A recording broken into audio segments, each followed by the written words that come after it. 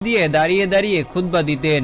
একদিন একজন সাহাবী নবী করিম সাল্লাল্লাহু আলাইহি ওয়াসাল্লামের নিকট এসে বললেন, হে আল্লাহর রাসূল সাল্লাল্লাহু আলাইহি ওয়াসাল্লাম, আমি কি আপনার জন্য এমন কিছু প্রস্তুত করতে পারি যা আপনার খুতবার সময় আপনার জন্য আরামদায়ক হবে?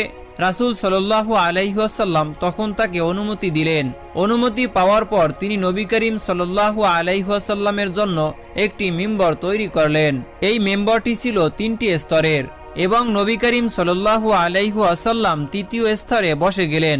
যখন নবী করিম সাল্লাল্লাহু আলাইহি ওয়াসাল্লাম প্রথমবার মিম্বরে বসলেন, তখন সেই খেজুর গাছের কাষ্ঠটি নবী করিম সাল্লাল্লাহু আলাইহি ওয়াসাল্লামের বিচ্ছেদে গরুর মতো আওয়াজ করতে লাগলো এবং তিনি খুব জোরে ক্রন্দন করতে লাগলো। সমগ্র মসজিদের মুসল্লিরা তার শোকের আওয়াজে বিষণ্ণ হয়ে গেল।